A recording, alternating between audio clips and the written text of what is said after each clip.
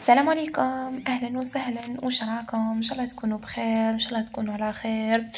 اليوم ان شاء الله جبت لكم وصفه بزاف بنينه وسهله مع رمضان راه جاي.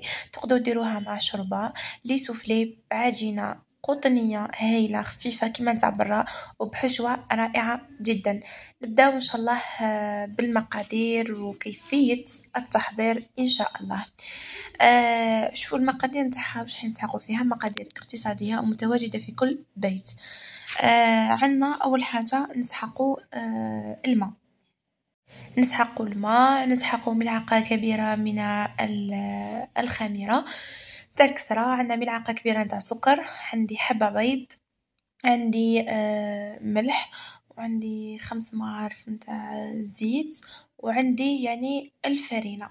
شوفوا الكاس فقط اللي حبيت نكيل بيه نعدته لكم، والكاس 250 ميلي لتر. تخدموا بهذاك الكاس، تجيبوا زوج كيسان تاع ماء دافي، دفيهم فقط، تحطوا فوقهم الخميره والسكر اللي هما ملعقه و تبداو تخلطوا بالفوي مليح مليح باش يعني هذيك الخميره تتفاعل. مباشره زدت فوقها الزيت، هذاك الزيت خلطته تاع الماء. يعني السر نتاع الطراوه نتاع هاد السوفلي راهو في الماء والزيت. هذا الزيت راهو عامل اساسي يعني في انه تجينا العجينه طريه. دونك تخلطوا مليح مليح مليح يعني بالفوي، ومن بعد تضيفوا حبه تاع بيض. فوالا كيما راكم تشوفوا، نحطوا هذيك الحبه تاع البيض ونخلطوا جيدا جيدا جيدا.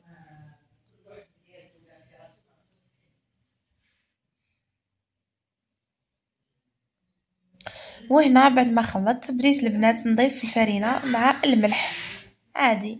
ضيفوا الفرينة مع الملح وتخلطوا مليح مليح، المهم تحصلوا على عجينة يعني كيما عجينة البيتزا. شوفوا لازم تكون هاد العجينة ما تتخلطش، ما تلصقش في اليد. لازم تكون عجينة ما تلصقش في اليد. علاه؟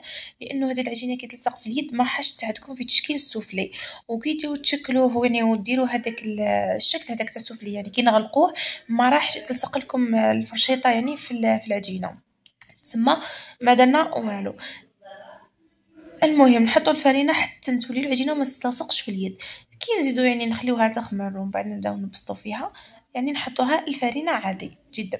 هنا البنات بعد ما خليتها خمرت بسطتها.